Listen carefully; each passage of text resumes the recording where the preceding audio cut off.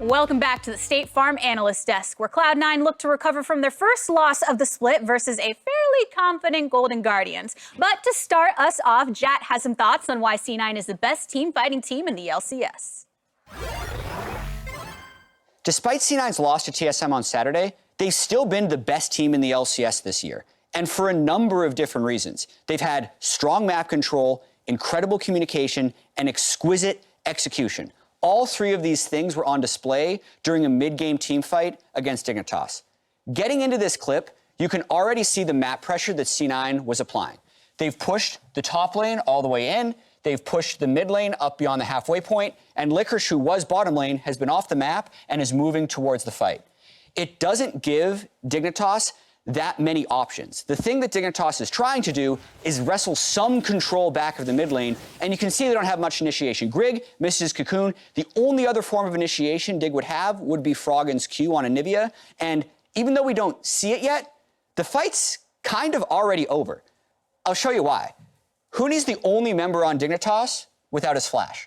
So all eyes of C9 are directly on top of huhi.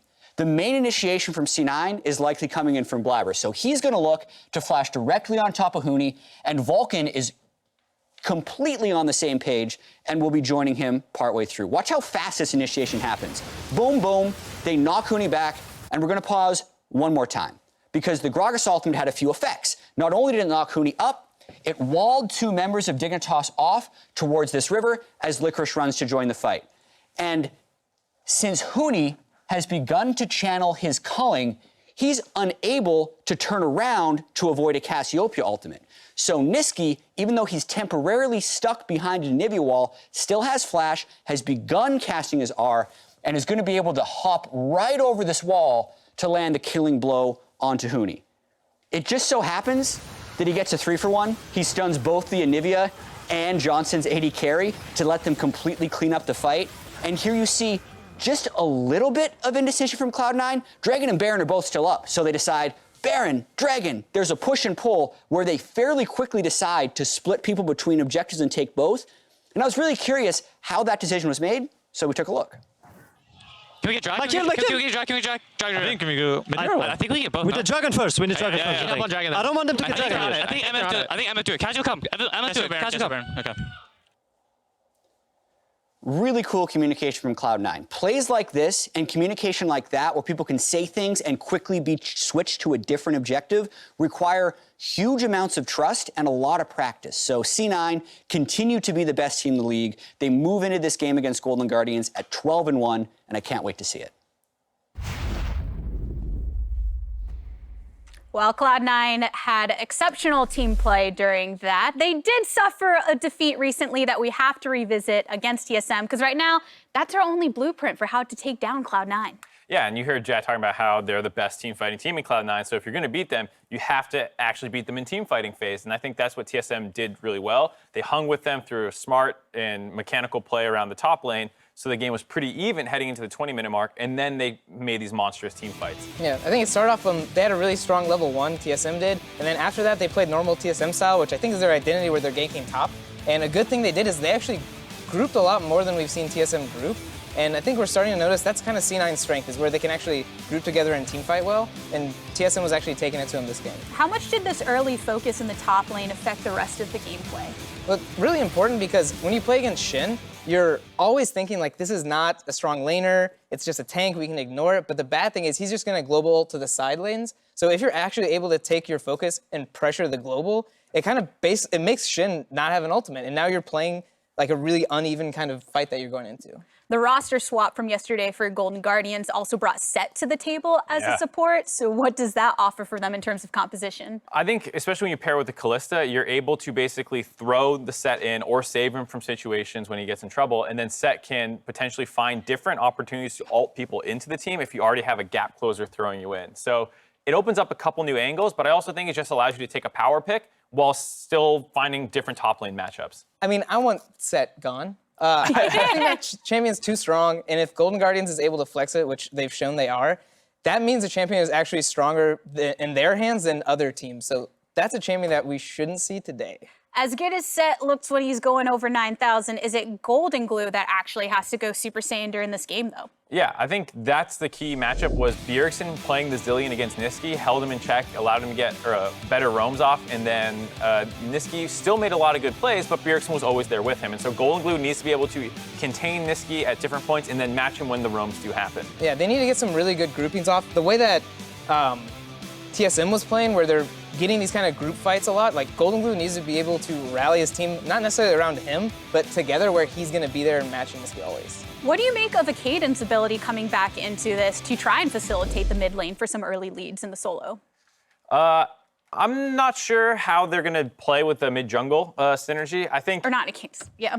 I think it's really close. The big thing is what they do with Huhi, because he was able to help match a lot of their vision problems that they had when they played versus Dignitas. And that was why it was such a long game. We're used to seeing Dignitas and Golden Guardians get a little scrappy, but both teams, you know, with the substitution and stuff, started playing a little bit safer. So that's what I meant. So Huhi coming up and the initiation that he's able to provide, do you think that he can actually facilitate anything in that soul portion? I hope so, because he didn't do it yesterday and they relied on Goldenglue to do it. But when you have Sett Kalista, you want to see those kind of fights happening. And I think Huhi's a really smart player. He was always one of the best roamers in mid lane when he played there, and using him will be very important. Yeah, he's got a lot of really good map plays, and I think he's really good at kind of bringing a team together. So that's what they need to be able to do to TSM today, or sorry, Cloud9 today, where they're actually able to play like TSM was and bring these team fights together and like get these skirmishes off, because the confidence to actually fight those against Cloud9 is like, it's really key to playing against them.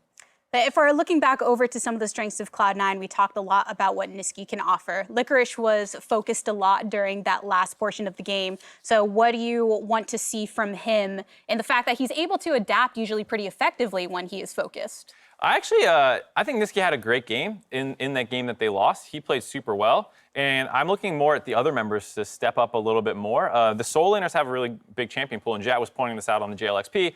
The rest of the team doesn't actually have that big. They've played 4 junglers, and they've played 4 supports. And so having some more diversity, Vulcan getting pushed onto the Leona saw more problems in his play there. And so I think using this the rest of the season basically to get some more practice on a wider champion pool in the other positions. Yeah, I hope this loss that they had doesn't really dissuade them from trying new things, because it is just one loss. They're still locked in for playoffs, most likely going to take that first seed. So I do want to continue to see them playing these new champions. Shin was definitely a new thing that they pulled off on stage, and it's definitely not something that they're going to play in a serious match, unless maybe a little bit more refining the rest of the team comp. So yeah, I hope to see some kind of like newer things from them against Golden Guardians today. Yeah, and I think newer from other positions is the because they've done so much, like, let's try all these things in the solo lanes.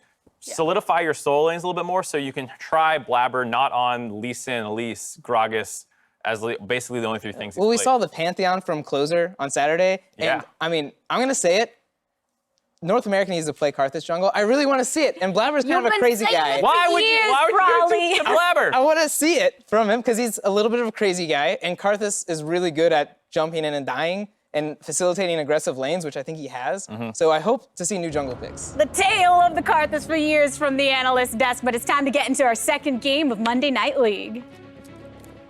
Thank you all very much.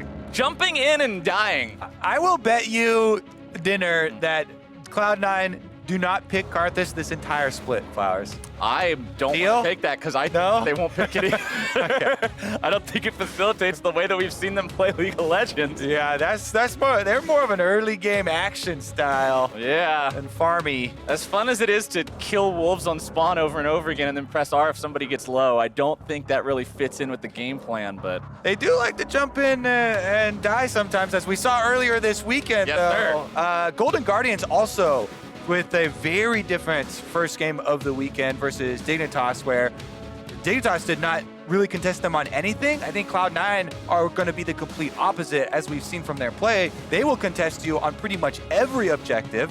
And with the first pick Sett here already with a powerhouse for the top side, doesn't really have a bad matchup.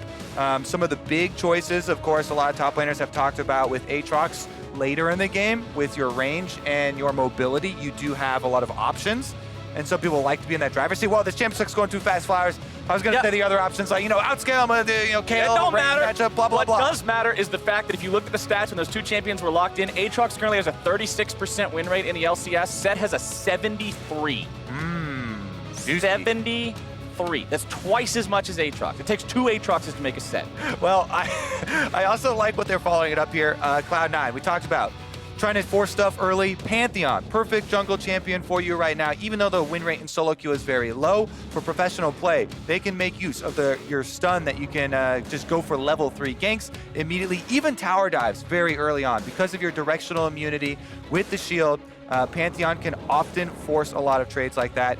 Answered very quickly from the Golden Guardians, though. They get the power pick for the bottom side of the map with the Aphelios. And we just saw a pentakill from Apollo on the Aphelios. I feel like this is really rare to see a team not pick either bot laner in the first 3 picks. Cloud9 has both solo lanes and their jungler. Well, what we're assuming is those they could swap something up. But what we're assuming is the whole top half of the map has been drafted. I wonder if they're going to pick something wacky for the bottom lane. They do have to deal with the Aphelios and Nautilus. Both those picks incredibly strong. Jarvan and Gragas banned away. That means that if you're Golden Guardians, they're actually thinking, okay, the support has been picked. Yeah. And the jungler's still available. Exactly. Banned away. Because they themselves use Sett as a support with the Kalista, even though Kalista's banned. So definitely can move Pantheon to support still. You can even have Syndra in the bottom lane. All these picks are flexible, so that's why they still ban out the Gragas. Because Gragas plus a solo lane Pantheon, if you did flex either the Sett or the Syndra, is another one of those devastating early game combinations, very similar to a Gragas plus a Kiana. And we've seen Nisqy's Pantheon just earlier today in Azael's very well made lane kingdom, where he absolutely annihilated the Yasuo. Well, Zoe's locked in here for Golden Guardians. Goldenglue going to be piloting that one against Nisqy. See if he can find the sleepy trouble levels he's looking for this game. That does mean that Golden Guardians has their jungler as their last champion they're going to be drafting, which is something I always silently judge, or right now not so silently judge a little bit, because I feel like you're going to, like, the jungle pool just seems so similar these days. Doesn't feel like you get a lot out of last pick jungle on Red Zone. Okay, here's my positions for Cloud9. They're actually in order, is what I would say for the team comp. They can move these around, but that's what I would say. They're in order. All of these are very flexible, though, and they can still switch up these. We'll have to wait till the 20-second mark afterwards to really dissect that, but it very well, I think, should be this case. Pantheon as a jungle also still combos really well with Taliyah, whether you lane with it or not. But it's the same idea, right? Your point and click stun from Pantheon sets up the seismic shove very beautifully for the Taliyah, and that is a tremendous amount of burst damage that you can use early on in the game. Currently, they do swap the Syndra down to bottom side to be that carry. And I do like the fact that Sejuani was the jungler they picked last on the Golden Guardians. They wanted to make sure that their opponents didn't get a chance to pick a Trundle or anything that could sap those stats, make her life hard. So they did get some value out of the last pick after all. So making me eat my words, but in a happy way. I'm happy to eat those words as long as they're doing the draft right. And Golden Guardians have a very standard team fight right here. They have beefy frontline, 2 forms of engage with the Sejuani, as well as the Nautilus, and a possible flanking Aatrox. Of course, with the pick potential of Zoe always kind of floating around there for Goldenglue, into what you should expect from this Cloud9 team this year, right? Early action, roaming through the map, Taliyah in the mid lane, going to try and traverse Summoner's Rift early on. Nisqy renowned for his roaming out of that lane. There is so much engage and pick potential on the side of Cloud9 with Taliyah and Syndra and Pyke and Pantheon all working together. If this team gets ahead, this is a nightmare to play against because Taliyah and Pantheon can both be anywhere. Pyke has 4 different abilities that can all be used to escape and never die. Very tricky. I like Cloud9. They tried to use Fasting Senna to have Vulcan on a super farm support to try and get him Player of the Week because they're trying to get everybody a Player of the Week. That didn't work, so now they're putting him on Pyke for a carry support champion. See if he can get it this way. And we have seen Pykes pop off from that position, start stacking their lethality, getting their pentakills of their own, my friend. We'll see if we can get back-to-back pentas in the same night here. The last game of the week as Golden Guardians go up against Cloud9. For the first time all split, Cloud9 come into this game off of a loss in their previous match. Definitely true. And Golden Guardians, we talked about it with the interview prior to this. Looking at handing the second loss. A lot of confidence on this Golden Guardians side. And that is one of the key points mentioned in playing against this team. C9 constantly will force fights on you over every little objective, even the river pixel brush, as you see Yeah, here. that's an important objective right there, my friend. But C9 notices the Golden Guardians were in the top half jungle, so now they're moving into their opponent's blue side. This could turn into a level 1 fiesta real quick if somebody walks into the wrong brush. FBI gun swapper. Thank you. A little break from that audio. They're establishing a C9 bush inside of the Golden Guardians jungle, though. I like this interesting level 1. It is going to be a top side start for Sejuani, so I don't think anyone in danger of walking by that death brush. But interesting little invade, though. We haven't seen a ton of variation in level 1s. Right. This split, there's been a couple where, we have a sneak over the back of the Dragon Pit, which quite often they've actually been found out and led to some first bloods. But aside from that, not too many shakeups. We are paused right now. We'll let you guys know what's going on as soon as we have any information. Hopefully we can get back into the game here pretty soon.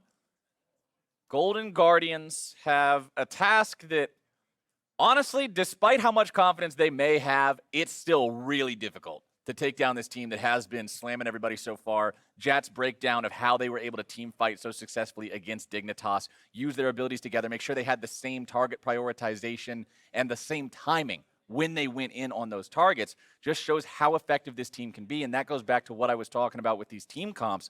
Just the champions on Cloud9. You look at this comp, this is one of those nightmares that when you're loading into it against these guys on solo queue, against this champion lineup, you're like, man, I hope they never get even a little bit ahead. And I do like how Cloud9 draft for this a lot, right? They try and draft multiple winning lanes so that even though teams know Blaber is a very aggressive jungler, he's always looking to invade, it makes them question, all right, well, which one of these winning lanes is he going to play off of? Yeah. And which one is he actually invading? And I think that is really important when you want to play this style of League of Legends, is that you have multiple options like that to keep your opponents guessing. So it's not just like, oh, obviously they're going to go for the Renekton and Elise combination topside. That's where the dive is coming from. Allows you to set up your defenses. Plus, as a jungler, I'm sure you appreciate when you've got winning lanes, priority means you get to PvP when you want to. There's nothing worse than wanting to PvP for a crab at level 3, seeing both your solo lanes are losing and going, all right, I'll get those crap. And let me tell you, Pantheon loves PvP. They nerfed a little bit of the attack speed, so the jungle position, not ideal for him as much as before. And it's much more about the PvP aspect, right? Really making use of his reliable crowd control, of his directional immunity.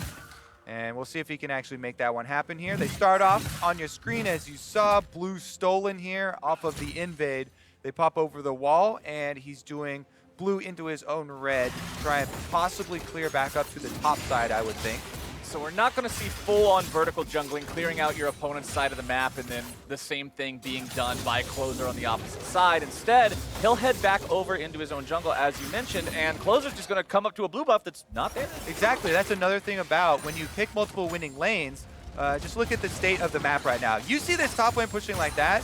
It is so incredibly dangerous for a Sejuani to try and go for the split map and go for the invade here. Yep. Because you know that Cloud9 solo lanes will collapse on you. So not only does Sejuani lose the 1v1 to Pantheon, you also don't have solo lane advantage in the collapse coming to you. And basically Cloud9 just gets you take your blue buff from right out under your nose and stare you down while they do it. Nothing you can have to answer.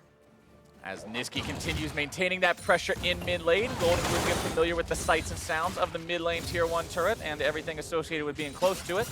As you can see now, Blaber is saying, all right, let's go down towards this bottom side. They're expecting this is when Closer will be clearing through his jungle.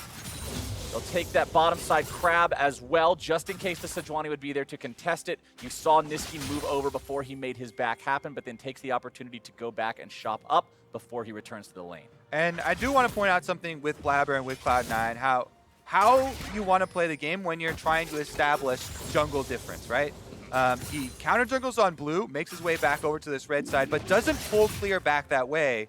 Make sure he goes back to this bottom scuttle first to cut off opportunities for Sejuani to actually fight back into this game. So it relegates Closer to only farming his own camps, not setting up any of the lanes like we see here on top side. Flash into the stun. Flash comes out from Hauntzer, but Cloud9 are still looking for it, and the spear in the back means Blaber gets first blood. Guaranteed crowd control, as we state with Pantheon. Loves the PvP, Captain Flowers. There's your first taste. How do you rate it? That's what I'm talking about, the aggressive flash to make it happen. And even though Hauntzer flashed to get away, he had already eaten the full haymaker on the sweet spot from Licorice in the trade beforehand, and it works out exactly how C9 wants it to. Let's see if Closer can get a return kill here. Haymaker already came out.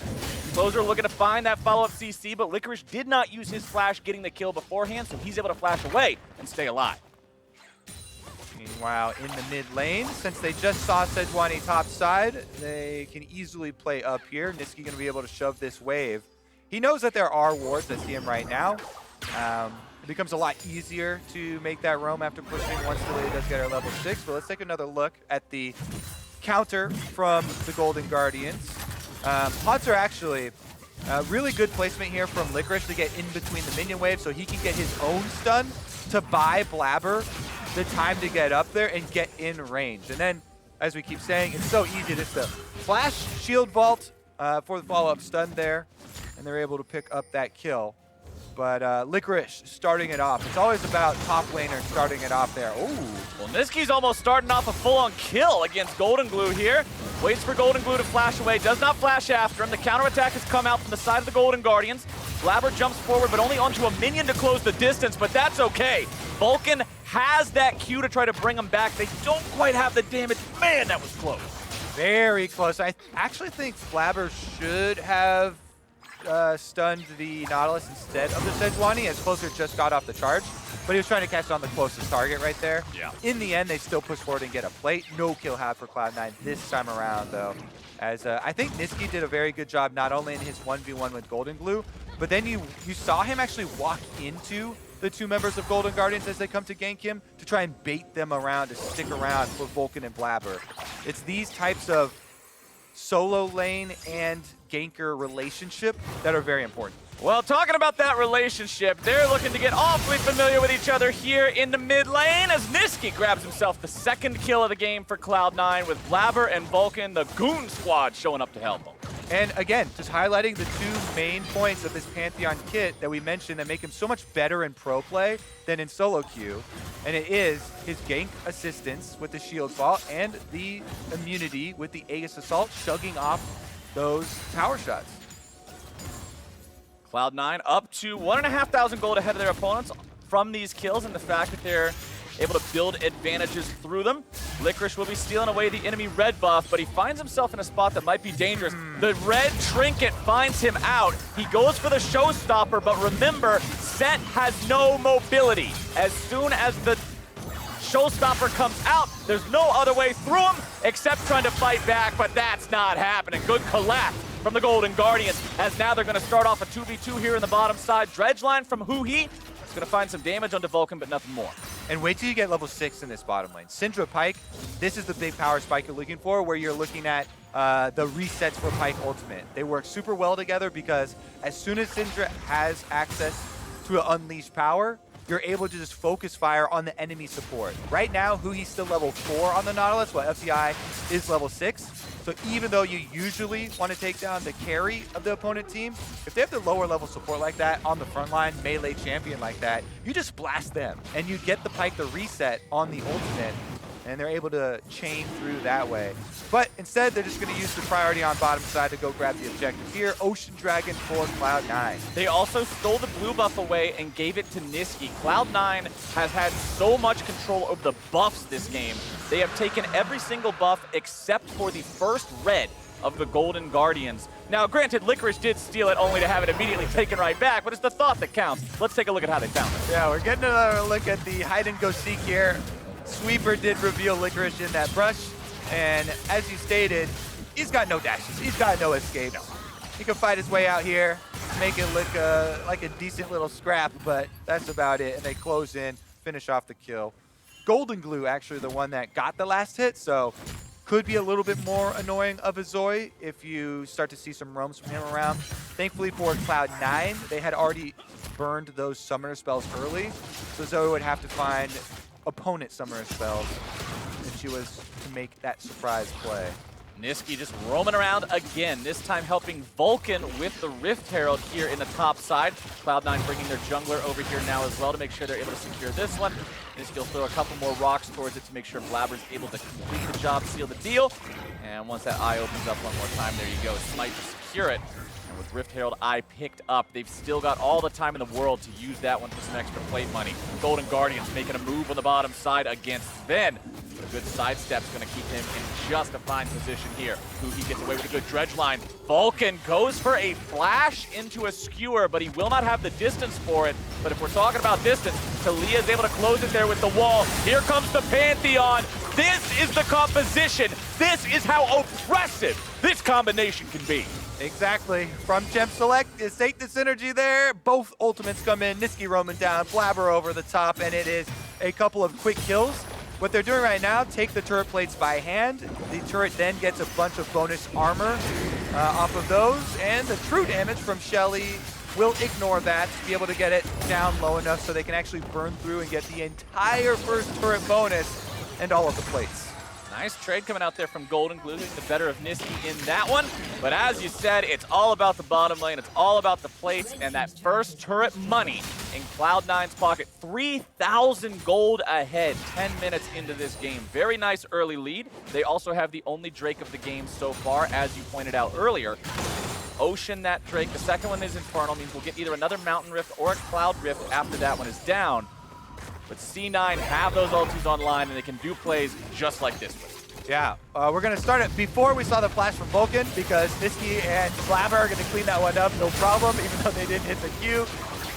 Nisqy gets a perfect seismic shove back onto huhi for the kill there. And as you know, they finished up the tower. Look at the minimap, though. I believe FBI is actually not hard pushing this wave, because this wave was all the way up here when we went into the replay, and it's still there. So he's only last hitting it very slowly at the turret.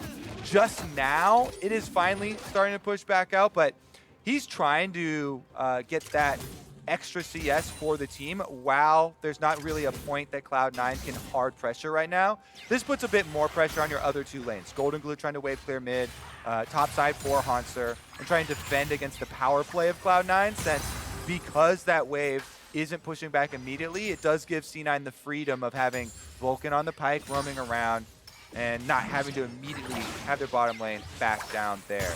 With teleport up on Licorice as well, and him going to the bottom side, C9 well positioned to take down this top side turret, and if Golden Guardians try to contest, they would have an extra person advantage here, because FBI, no teleport for the AD carry there. You can turn it around. Seismic shove won't find its target onto Hauntzer, but this wave is just going to be shoved permanently by Nisqy and Vulcan, as Golden Guardians will send extra bodies up to the top side. There's still 2 minutes left that plates exist, so as much free firing time as you give Cloud9, it will be translating into pure money as they're taking those plates. Golden Guardians wants to staunch this bleeding a little bit, stop Cloud9 from building up any more of an early advantage. If they can get to the point where it's just those big 5-on-5s like you were talking about, this is a great team fight, Tom. This has been the conundrum of all the LCS teams this whole split, Captain Flowers. Except TSM. How? Yeah, exactly. TSM break it yesterday. The question has always been, how do we deal with this basically full court press style of Cloud9, where as soon as you get the ball out, as soon as you go for any sort of play on the map, they're pressuring you on every objective, on every side. Now they're between your turrets, diving your Aphelios. Oh, the haymaker not even required. It's Blaber getting his third kill of the game, 3-0-2 on this Pantheon, 100% kill participation. Absolutely reckless abandon, diving in to get the kills. All right, another buff stolen away as well, as you see before we pan over to the mid lane. Blaber gonna pick that one up after taking down FBI between his own turrets. This is a follow-up to the interview show Between Two Ferns, where they just kind of make fun of the guests. They're like, FBI, between two turrets, How long are you gonna last on this one? I would normally feel bad for him because he wasn't even overextended, right? Yeah, Like exactly. he was super safe. But considering he's Aphelios and he got to do that kind of crap to people with hhis turret from a million miles away, I'm like, yeah, how's your own medicine taste there, buddy? You want another dose? But either way, Cloud9's happy to see it happen. FBI 0-2-0 on this Aphelios. He's behind in farm. He's going to be struggling a little bit to keep pace with this game. 4,000 gold now. Cloud9's got over the Golden Guardians, as FBI will be switched up here to the top lane to farm up and try to continue building that economy. And let me just highlight Blaber here, because there's been so much discussion about Cloud9, their success, and Blaber coming up, being full-time for the team, correcting a lot of the 50-50 impressions that people had of him. No more coins. This has been a tutorial on Jungle Pantheon.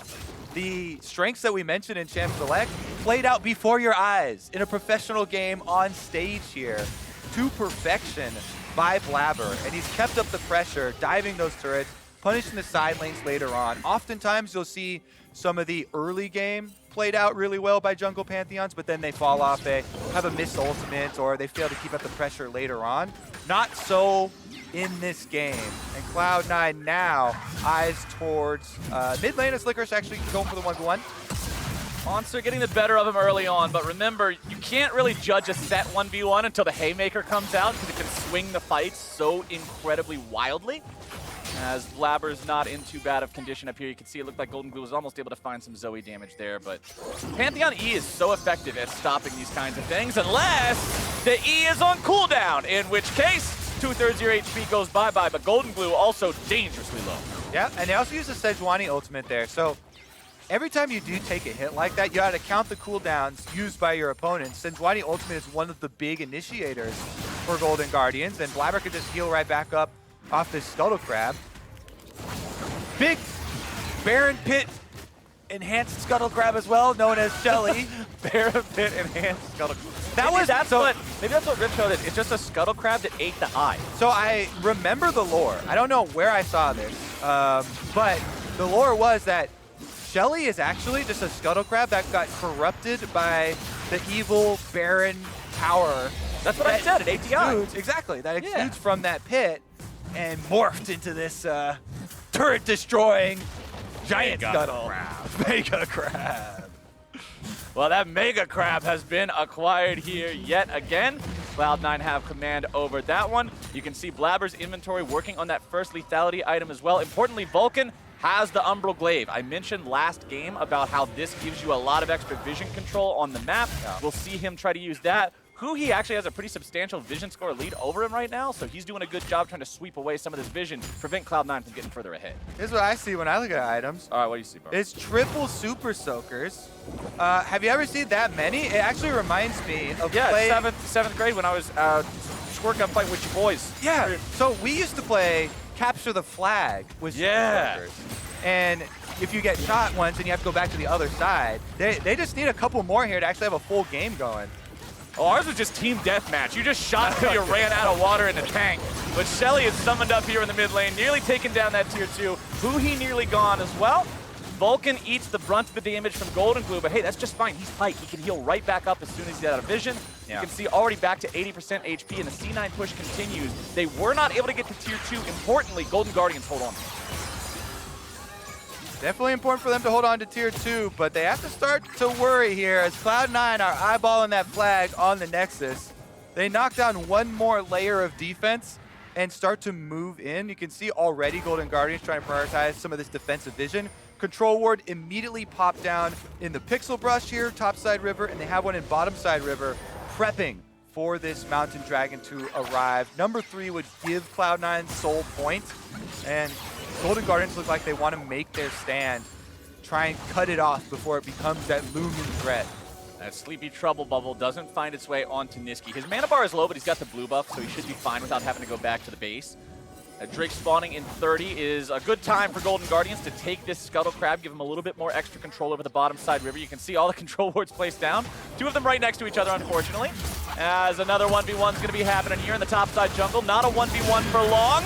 Here come the reinforcements. It's Taliyah and Pantheon every single time. it's the difficulty of dealing with such an open map when they're pressured back to secondary turrets. They don't have any defenses to rely on. If anyone's away from one of these towers, then you get double semi-global ultimate right on top of your head. And maybe Licorice can't win the 1v1 down there on the bottom side with Aatrox, but he can definitely win the 1v3. Yeah, I feel like those are the extra just a little difference in difficulty. You don't put that on your resume, Flowers. I win the 1v3. I won a 3v1 against a guy isolated in the jungle by the red buff. Yeah.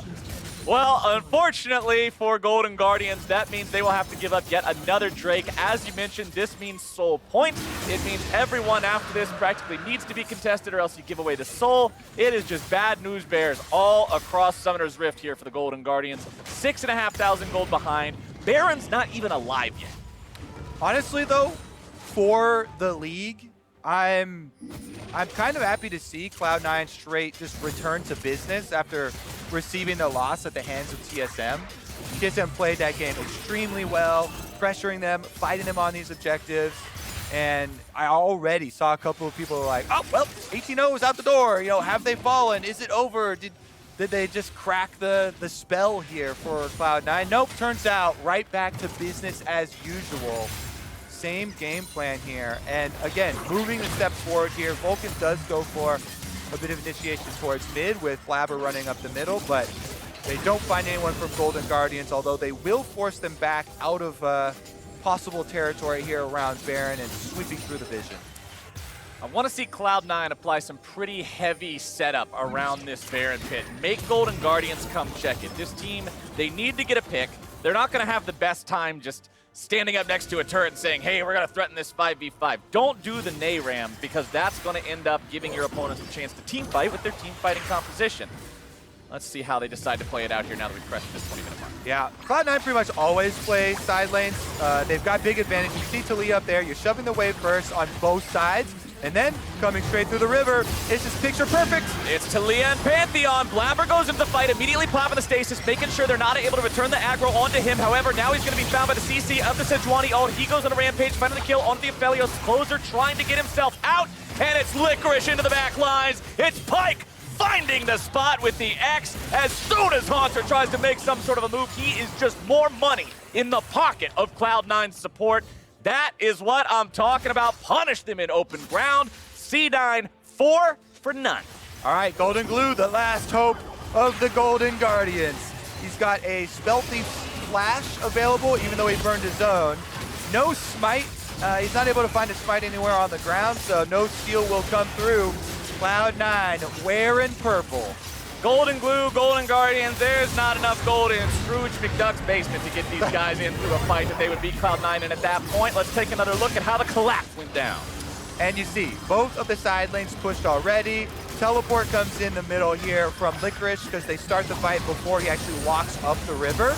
And Blaber and Nisqy both focus on FBI, separated from the team on the half of your screen, but on the bottom half of your screen, Licorice gets such a crazy Sett ultimate there into a double stun from Zven to win both sides of that team fight pretty much simultaneously, as Goldenglue had been chasing over to find a kill on the Nisqy, who was low with the Zoe, but unable to corral him there, and Blaber's able to defend him after taking down Aphelios. It was just completely outplayed team fight right there as Cloud9 dissect the Golden Guardians, separate them into two manageable sequences, and win both sides. Cloud9 now have 11,000 gold ahead of their opponents 22 minutes into the game. And this plays out in two different ways from here, at least I think.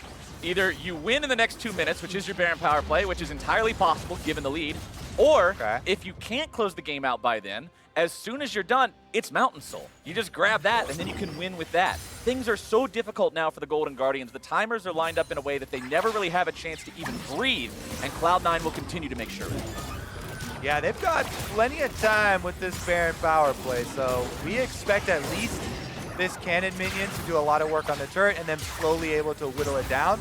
Vulcan actually trying to buff up the mid minions. Pyke very mobile, so it's easy for him to just kind of wait around. You can see him, he just wants to apply the Baron buff to take up some of Hauntzer's time and allow the rest of the squad to push over on the bottom half. There's the initiation, though. Nice engage coming out from the Golden Guardians. Nisqy's going to be taken very low. Shutdown for FBI. Licorice takes him out in the back line, and the lead is just too much. Even though they start off with a kill onto the Cloud9 mid laner, it's just not a fight you can win from 10,000 gold behind. And C9 kill 3. And Licorice lives after diving under that turret at Sett. Just set things. That's going to leave them alone with the inhibitor turrets. Cloud9 will take them both. Goldenglue and huhi. Up to them to try and defend the rest of it here. I think inhibitors into Mountain Soul is the play here from Cloud9. They don't really have enough health, enough of an advantage to finish the game. As you said, that Mountain Soul is just going to kind of be the cherry on top. Allows them to finish it out later. Second inhibitor will not fall. They don't want to stick around, risk overstaying, walking into a Zoe bubble, Nautilus CC chain combo. Instead, they'll exercise discretion. They'll take that bottom side inhib. They'll move over to that Mountain Soul. Licorice steals away the red buff yet again. This is not a fun game to be a jungler against Cloud9. No, sir. Blaber's on to that Drake himself. Zven's nearby, just throwing the blue buff in there to the Drake pit, letting him know how it feels to be a real objective for once. Yeah, quietly, actually, Zven on the Syndra has had a really nice game, too. He isn't getting a lot of flashy plays with last hits, but let's take another look at the dive first. Great hook by huhi, honestly. Started out, Golden Guardians have to look for a big play like that onto the backline, and they do barely finish him off before Licorice goes 1v4 under the tower as Sett and gets 2 kills. Vulcan following him up to make sure they finish the second one off in time. He gets to try and peel. He walks right back out. And now they've got the Cloud Soul. They've got an open pathway into the base as well. That soul, those extra shields mean it's going to be even harder for Golden Guardians to find the damage to bring one of these guys down. Hauntzer will continue trying to hold the side lane here. The Aatrox never really getting the opportunity to get to that point that you were talking about where, yeah, if it goes super late, maybe he can kite Sett out, use the range on the Qs to win the 1v1s. There's one inhibitor turret left standing. Cloud9 are pushing up here in that top lane towards it. Baron spawns in under 2 minutes. They can always just apply pressure and then wait for the second Baron if they want to use that to close out the game. But honestly, with a 14,000 gold lead, you have to expect them to just hard force it. Well, here it comes. I'm expecting one in the near future. Clearing out the control ward as you see Nisqy on your screen there. But this mid inhibitor turret, no defenses left. Everybody huddling around here as Licorice tries to hold it. Nice wall from Taliyah is going to block off the Golden Guardians and allow C9 some extra damage on the turret. Yep, Taliyah wall is really good at doing that. It's not just a flanking and engage mechanism. Sometimes it's used only to prevent action, but it does not buy them enough time to take down the turret fully. Blaber's going to continue applying pressure here in the mid lane. Super minions doing the same on the bottom side. Aphelios turrets being thrown around by Syndra like some cheap Walmart toy. As C9 will push down that top side here yet again. huhi's going in, the chain CC coming out, the damage going down, and Zven will barely walk away. Vulcan is now the target, and that's another shutdown going over to FBI. Blaber goes unstoppable. It is support for support as Cloud9 now finds themselves on the wrong side of the enemy walls. Or are they? Facebreaker into Haymaker! Licorice is on a killing spree, and Golden Guardians are on the run. One more punch would do it, but they don't even need that to take Hauntzer out. Blaber is dominating. Cloud9 is 4 men strong in the enemy base. They've got the opportunity to take that mid lane inhib, and they can move right back up to the top side. Yep, inhibitors down. What a big play again from Licorice as Golden Guardians look to be able to try and fight their way out of it, but he just turns around, got a perfect stun. Now he's healed back up with regeneration and looking for another play. All 3 inhibitors down. That's your double supers in every single lane, and they are going to retreat for a possible Baron. Double supers in every lane is pretty much just your free pass. Here you go, sir, right this way to Baron. Yep, nothing gonna be going on here. Have some fun down in the Baron pit. Lovely, lovely tourist attraction on Summoner's Rift. Golden Guardians, though, sorry, we're closed. Yeah, oftentimes, even when you get your double supers in every lane, it feels like you can almost take a vacation. Just leisurely walk up and finish it. Let's take a look at the initiation, though. It was a really good counter seismic shove from Nisqy. He pushes both those tanks back off of Zven. So Zven is able to survive. They did get the kill switching targets there over onto Pyke though, which made you think, all right, Golden Guardians, maybe they can defend it. Then even with the flash, SBI is not able to get away from Licorice there as he walked up and was able to get the stun on both sides. Now they get their Baron. You can see pings coming out from Cloud9 onto Hauntzer, who was close by around the Krug pit, but he wasn't looking to contest Baron. He was literally just grabbing the 100 gold from Krugs, going right back up to the top lane. Cloud9 now with their second Baron of the game. All inhibitors are down, but the bottom lane inhibitor will respawn here in about 5 seconds. C9 with a 4-man push middle, 1-man top to make sure that they're applying as much pressure as possible by enchanting 2 different waves at once. Super Baron enchanted double super minion waves are nothing to mess around with, as Golden Guardians surely only have 1 fight left, and huhi has decided it is time to go. A very nice initiation will take down the Cloud9 bot laner. Licorice goes into the backside, and he's on a rampage. With FBI and Goldenglue down, the carries are out of the picture, and Cloud9 has absolutely crushed the Golden Guardians. Hauntzer's gonna jump around, do some gymnastics with the sword. It don't matter none. The inhibitors fall, the turrets fall, the Nexus falls, and Cloud9 is right back to their usual tricks.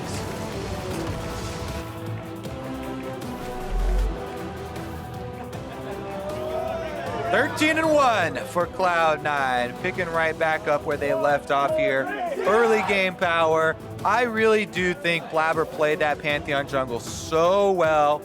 They coordinate with their laners also extremely well. A big part of a lot of these ganks, and we're talking about, is timing your initiations with your laners, them trying to bait the opponents in, them starting it up with their own CC.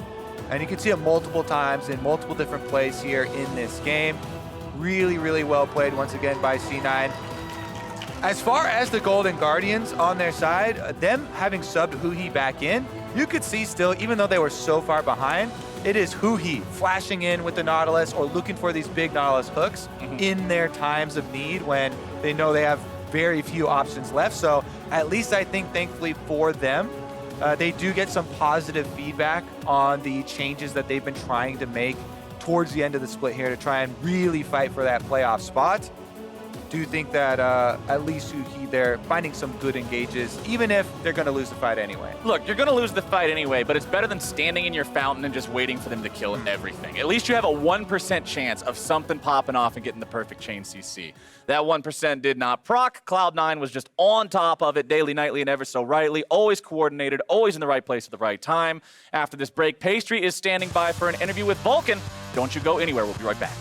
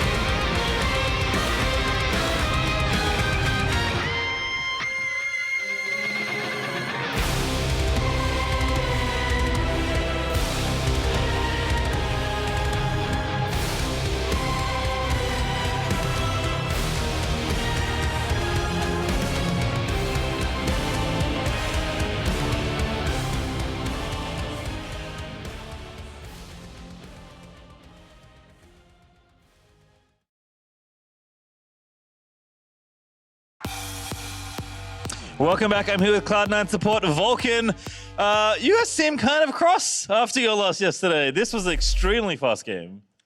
Yeah, I mean, after yesterday, we kind of got more motivated after losing. It was a pretty tough loss to TSM, you know, Zven's whole team. So we kind of wanted to show after that we can still like play new stuff, and you know, we're still a strong team and we can crush people still. So.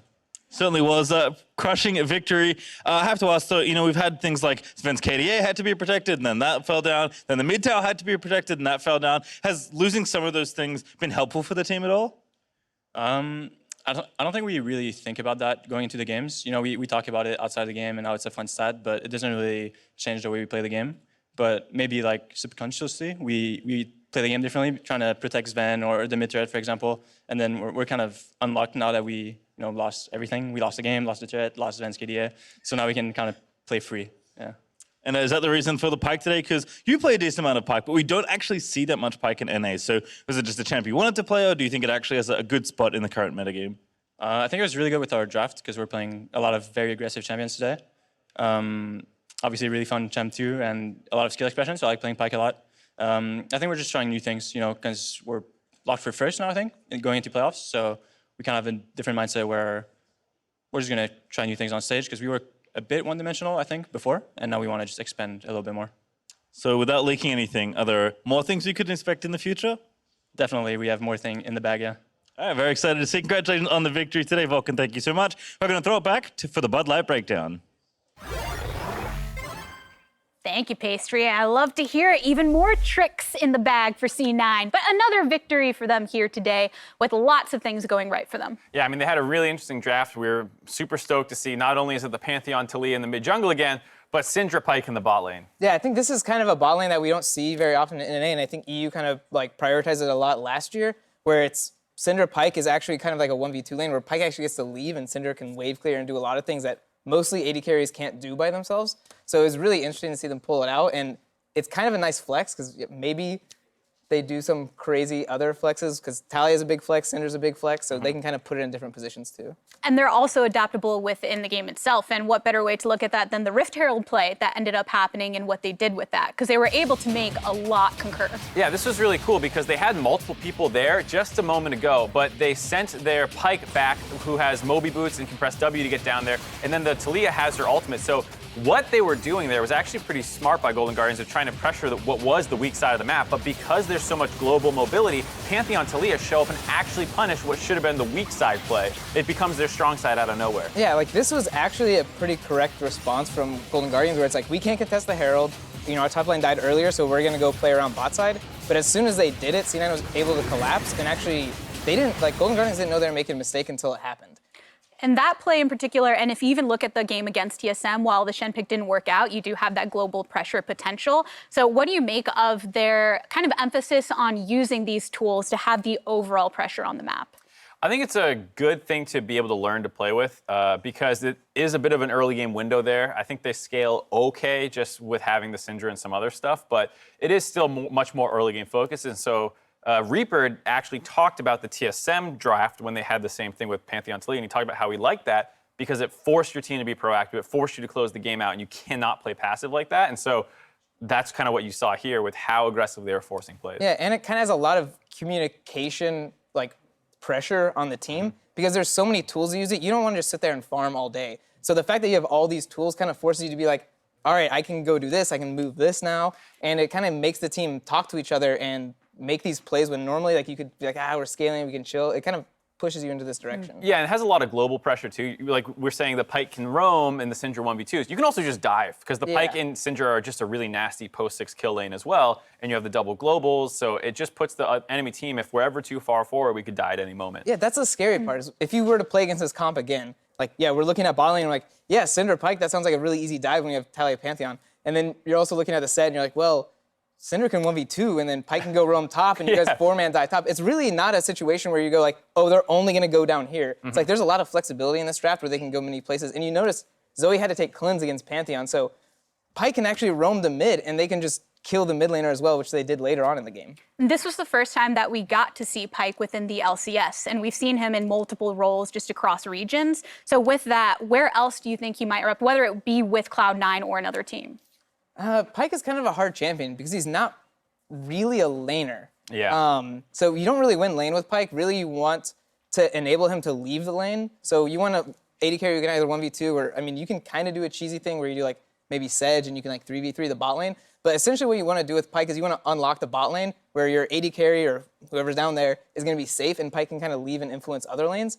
So it feels really weird because you're almost picking this, accepting like, we're not going to be able to fight you bot fairly and we're going to leave the lane. So it's like you're playing aggressively, but not in the bot lane. You're playing aggressively elsewhere. And I know you want to see the Karthus at one point. Vulcan said in his interview they do have other tricks up their sleeve. So Mark, are there any other picks that you feel would work into their style that maybe they could tap into?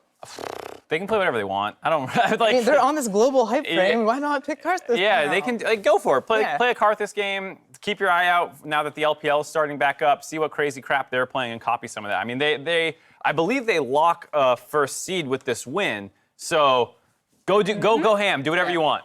Yep, speaking of, let's take a look at the standings and how it all shakes out currently, because Mark is right. Cloud9, with that victory, standing 13-1, lock their playoff spot in that first seed. What do you think that offers them, not just going into the next week, but kind of starting to sort things out for playoffs? I mean, like we were saying, a lot of just being able to practice. Vulcan in the interview mentioned that there's more freedom, especially now that some of the internal pressure is off. Mid-turret dropped, Zven's KDA died. They're now not undefeated. Yeah. They can solely focus, on improving and not about some of these little milestones that are hard to ignore. Yeah, with the superlatives gone, and I think the rest of the teams starting to kind of find their place in the standings, they can actually find the teams they want to practice like more intense stuffs again, intense things against, and actually compete at a higher level. And when it comes to figuring out what we do have on the schedule going into our next week, there is a lot to consider for our Saturday matches, because that soup is getting murkier. It's starting to expire. There's only 1 week to go before we have to head into playoff territory. So any of these teams here, from Immortals to TSM right at the top, all the way down to Dignitas and CLG, who do you think has the most pressure being in the middle of the pack or potential to try and push themselves into a playoff Liquid spot? is 6 and 8. Dude, you always take my things that I want to talk about. Smart. I just read your eyes and I say, I'm going to say that first. Yeah. Team Liquid versus Evil Geniuses. Evil Geniuses came off of a good win, and Team Liquid is a bit struggling when we keep thinking this is their time to shine.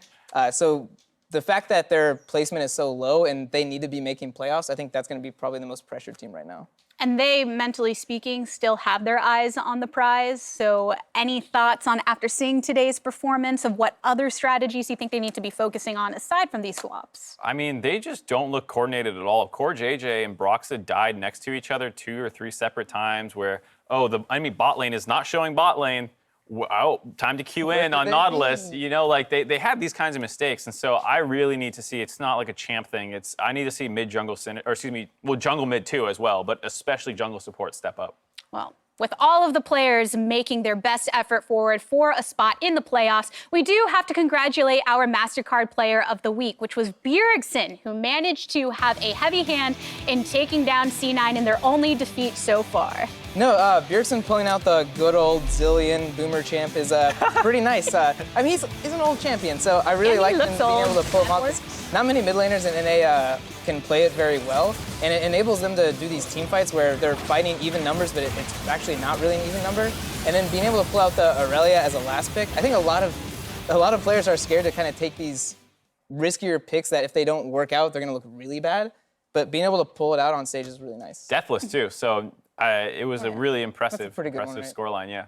Between the Zillion and the Syndra, do you think that TSM should be gravitating more towards these comfort picks for Bjergsen? I mean, I think they need to be giving him things not like the Maokai. And I think that was just a misread. I think a lot of his champs actually work well in the meta, so I don't think they need to cater much towards him. He's always had a pretty big champion pool. Yeah, as long as he has some individual carry potential. I know Zillion doesn't sound like that, but you can land double bombs and blow people up and save lives, and he does have a lot of carry potential, even if some of it is through utility. Maokai is just straight setup. It's not like, look at this nasty combo 100 to 0. It just doesn't work like that. Yeah. When he makes it work, though, Bjergsen makes it work, and he got Player of the Week because of it. As far as what we have coming up, that does it for our game today. But your weekend of League isn't over yet, because after we say goodbye here, we're going to go over to the Bud Light League Lounge. So meet us over there on the Bud Light Twitch channel. But as far as wrapping up Monday Night League, I say from myself, the casters, the desk, and everyone involved, thank you so much for tuning in. Until next time, stay cool, friends.